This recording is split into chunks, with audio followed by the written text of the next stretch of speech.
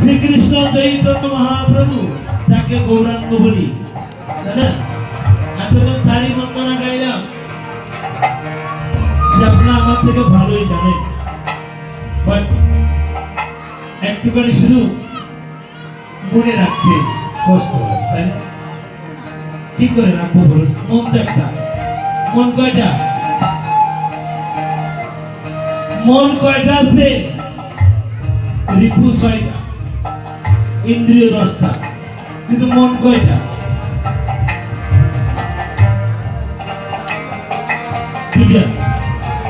তিনটা, একটা। মন একটা,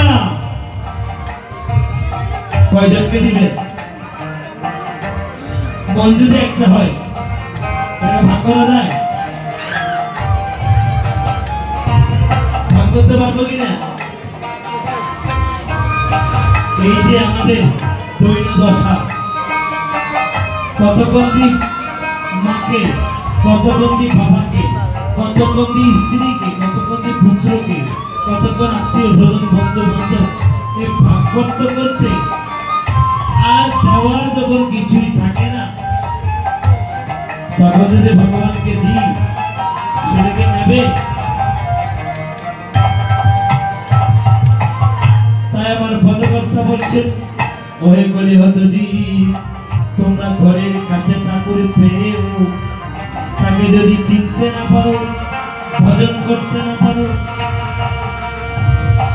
তাহলে আমাদের কি করতে হবে? যদি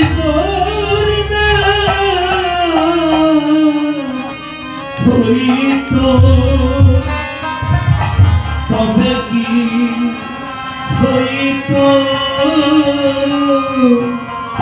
কামনে ধরিতাম,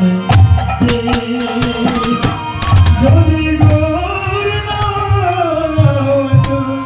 তবে কি হইতো কেমনে ধরিতাম। বলি রাধার মহিমা মোর সুষমা জগতে জানাত কে? রাধার মহিমা মোর সুষমা জগতে জানাত শ্রী রাধার